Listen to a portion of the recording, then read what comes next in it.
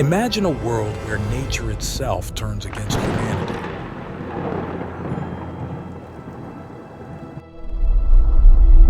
A world where rivers run red and storms unleash wrath like you've never seen. Welcome to ancient Egypt, where the mighty Pharaoh was brought to his knees by 10 horrific plagues. But what really happened? Stick around and let's unravel the mysteries behind these legendary events.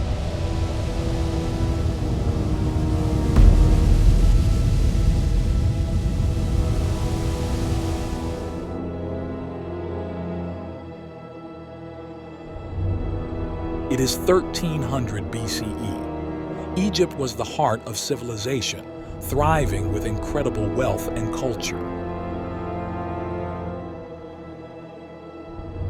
But beneath this golden facade lay suffering. The Israelites, enslaved and oppressed, cried out for freedom. Meanwhile, in the opulent courts of Pharaoh, a series of catastrophic events awaited, the infamous 10 plagues. Moses had warned the Pharaoh that if the Egyptians did not let the Israelites go, then the Hebrew God would have no choice but to release 10 plagues across Egypt. Each plague represented an opportunity for the Pharaoh to let the Israelites go. And with each no to this request, the horror and catastrophe grew.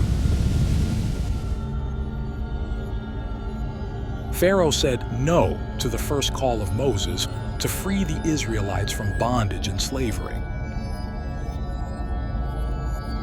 Shortly after, the first plague of Egypt happened. The prosperous and abundant river Nile turned blood red. Fish perished, and thirst devoured the land. Even though this catastrophe happened, the Pharaoh's heart remained hardened. Moses asked again, and the Pharaoh gave the same bitter answer, thinking that the river Nile turning blood was just a cheap trick. So Egypt woke up the next morning to the second plague of Egypt, the sound of frogs raining down from the sky. Imagine millions upon millions of frogs croaking, hopping on food, and causing total chaos. That's exactly what the ancient Egyptians dealt with, as the Hebrew God commanded Moses to bring forth the frogs from the waters. But the Pharaoh still did not believe in Moses' threats and continued to say no to freeing the Israelites from slavery. So Moses, with the help from the Hebrew God, brought down the third plague of Egypt, a plague of lice.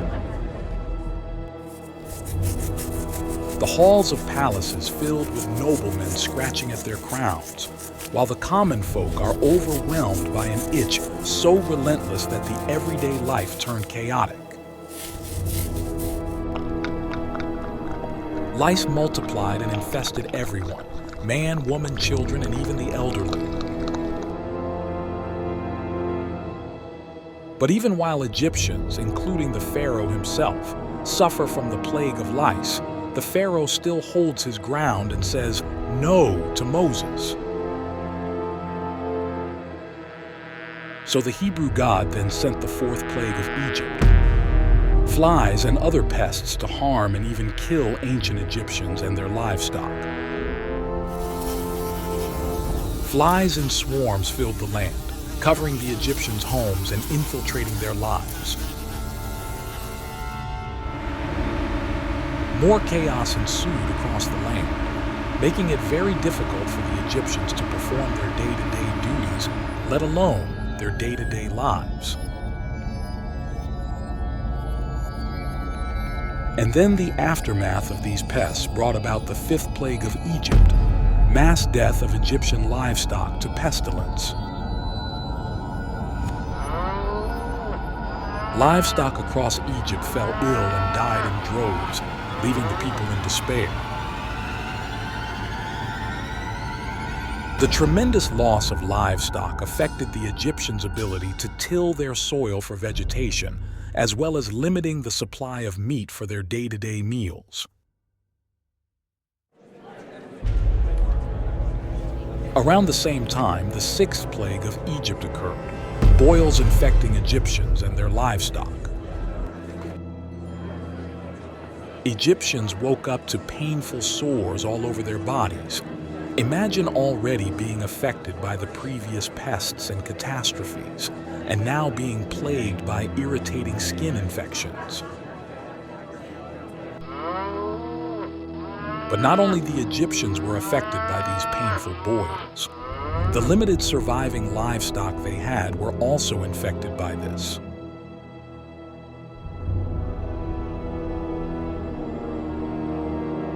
With all the catastrophes and plagues happening in Egypt, the Pharaoh grew very angry and summoned his high priests. He ordered the high priests to counter the plagues and catastrophes that have befallen Egypt with prayer to their gods. The Egyptians prayed day and night, never stopping their hymns and song to battle the Hebrew God. Learning of this, Moses then approached the Pharaoh and declared that only the Hebrew God can stop these catastrophes and plagues. Moses orders the Pharaoh again and declares, "Let my people go," says the Hebrew God. This is the only way to stop this. But the Pharaoh yet again says no to the wishes of Moses. He believes that in time, the petty tricks of the Hebrew God will diminish under the gods of Egypt. But then, a loud roar of thunder is heard across Egypt, and then another, and another. Each roar of thunder grows louder every time. The Egyptians, and even the Pharaoh, panic.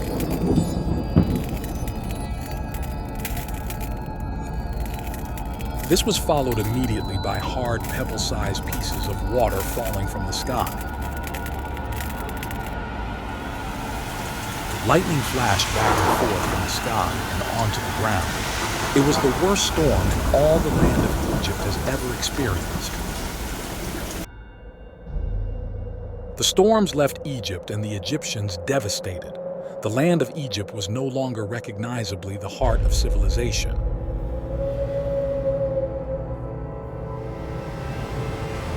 Egypt became very dry and desolate. One could even say uninhabitable. Egypt stayed like this for quite some time.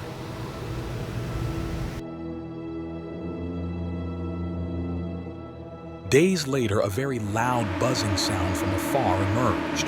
It drew closer and closer. It even drowned out the heavy sandstorm that had befallen Egypt. It was the eighth plague of Egypt, swarms of locusts. The unimaginable number of locusts even blocked out the sun.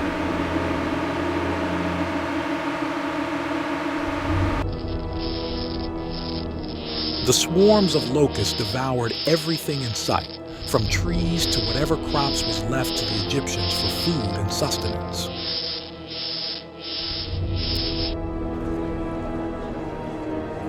And then there was darkness. Total darkness. Egyptians could not see each other, nor could anyone get up from where they were. Egypt was covered by darkness for 3 days. On the third day, growing very tired, weary and hungry from their endless prayers to battle the Hebrew God, the prayers stopped. The Pharaoh grew angry and summoned the high priest to tell him that the prayers to the Egyptian gods must not stop. The high priest begged the Pharaoh to start reconsidering the request of Moses, and that the Hebrew God was just too powerful. But the stubborn Pharaoh again says, no, the Israelites must not be set free. The priests tried with all their might to pray to the Egyptian gods. They sang hymns as loud as they could. But then the hymns stopped. They just stopped. While this was happening, Moses went and gathered the Israelites and told them that the final and deadliest catastrophe is about to happen to the Egyptians.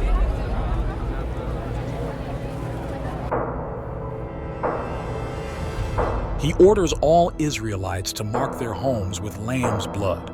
The blood will save the Israelites from what's to come next, Moses said.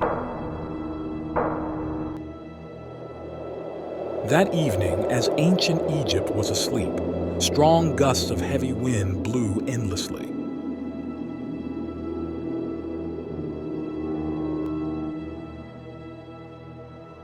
Then came the dawn. The darkness was over.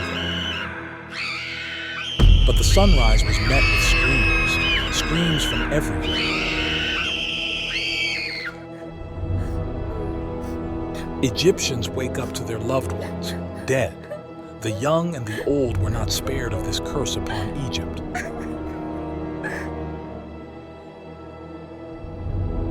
No one was spared. Not even the Pharaoh's firstborn son.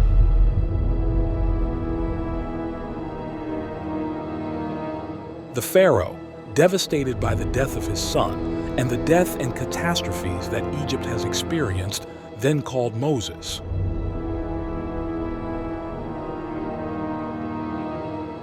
Moses told the Pharaoh once again that the Hebrew God orders the Pharaoh to let his people go. The Pharaoh finally agreed.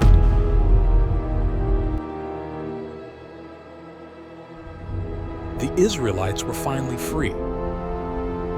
The story of Moses, the Israelites, their exodus from ancient Egypt and their search for the Promised Land is an epic tale. A tale for yet another time.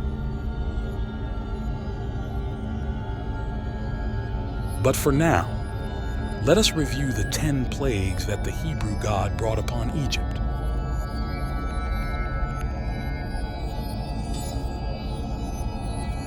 And let us discuss the possible science behind these catastrophic events that happened during that time.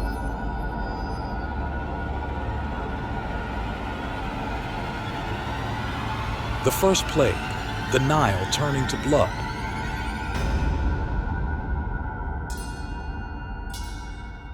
Scientists have examined this account and proposed some fascinating theories. One compelling explanation is a phenomenon called red tide, a sudden explosion of algae in the water that can give it a red hue. This explanation is factual. These biological events occur in numerous water bodies around the world.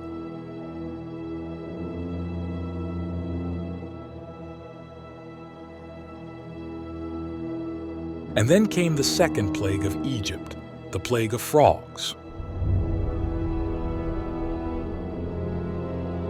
Scientists and researchers believe that because the Nile River would flood every year, it creates an incredible habitat for frogs. Floodwater typically contains excess nutrients in it, such as nitrogen, which could lead to explosive algae blooms.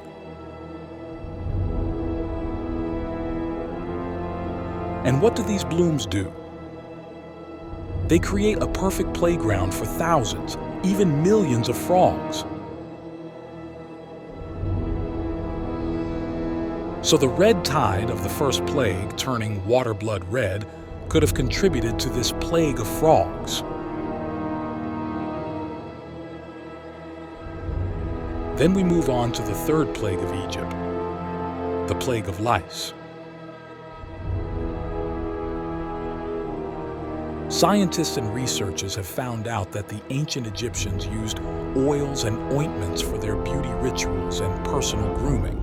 The oils they used attracted lice, making it easy for them to lay eggs and multiply. A single louse can lay up to 500 eggs in its lifetime.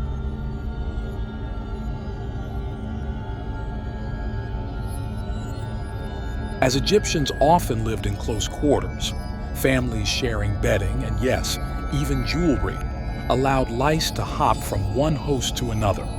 So ancient Egyptians, with their beauty rituals and close ties to one another, contributed to the plague of lice.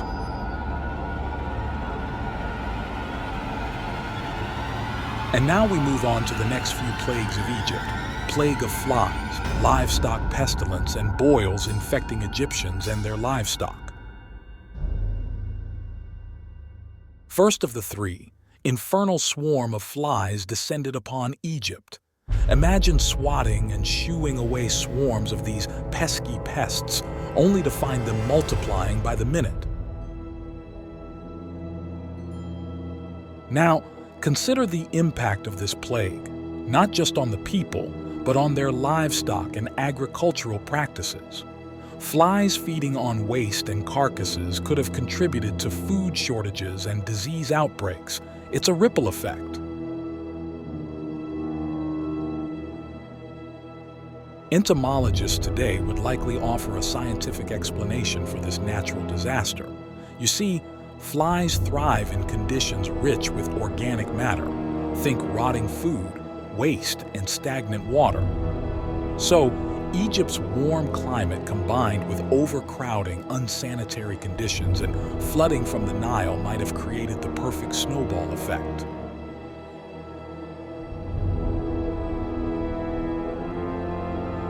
The flies don't just invade, they carry pathogens that can cause serious diseases, which led to the pestilence that killed Egypt's livestock. This also led to disease that spread to not just the animals, but in the Egyptians too, manifesting in boils all over their body and other bacterial skin infections. And then we move on to the seventh plague of Egypt, thunderstorm that led to hail and fire. Scientists say that even though Egypt's climate is mostly hot and dry, there are strong thunderstorms occurring annually between the months of March and May. Thunderstorms are fueled by warm air rising from the ground. Warm and moist air meeting colder air creates powerful updrafts as well as water droplets and ice particles high up in the clouds. As the water and ice grow larger, gravity takes over and they all start falling. Under extreme conditions, that's how you get hail. They are sometimes even the size of golf balls.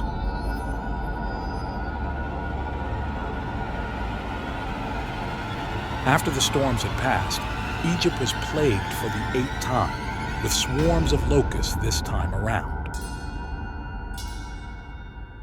Locusts form massive swarms under certain conditions. Scientists say climate patterns is a major factor. When conditions are right, typically after a period of intense rainfall, locust eggs hatch and populations explode.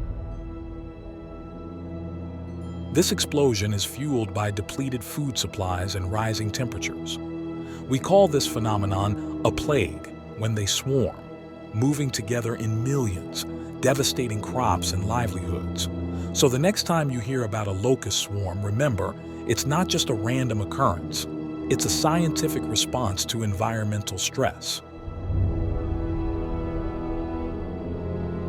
We then move on to the 9th plague, 3 days of darkness. Scientists and historians say that this phenomenon happened most likely because of an intense volcanic eruption. Plumes of ash were sent thousands of feet into the atmosphere, blocking out the sun's rays. Think about the volcanic eruptions of Santorini around 1600 BCE. Such an explosive event could have caused darkened skies, similar to what's described in the Bible.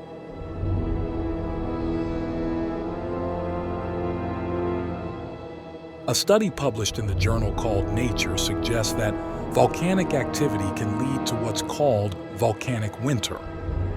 This could lead to a catastrophic drop in temperature and a significant reduction of sunlight, resulting in a prolonged darkness. And now we move to the last and most catastrophic plague on Egypt, the death of the firstborn. Scientists, historians, and archaeologists explain that the previous plagues caused the spread of infectious disease from livestock to humans, such as anthrax, or a sudden outbreak of an extreme respiratory infection could have taken a toll on the population. These diseases often have a higher mortality rate in those who are younger or in poor health. This aligns with the biblical account of firstborn sons, who, in many families during that time, were the youngest. Understanding what happened to Moses, the Israelites, and the Egyptians during their time is always a worthwhile experience. Their story teaches us a lot about faith and believing that there are consequences with certain decisions we have in our everyday lives that may or may not impact others. We also took some time in trying to understand what happened during those troubling times to the Egyptians behind a scientific lens. So thank you for joining us in yet another epic tale of biblical or scientific proportions, depending on who you ask. And remember, keep asking why on YouTube.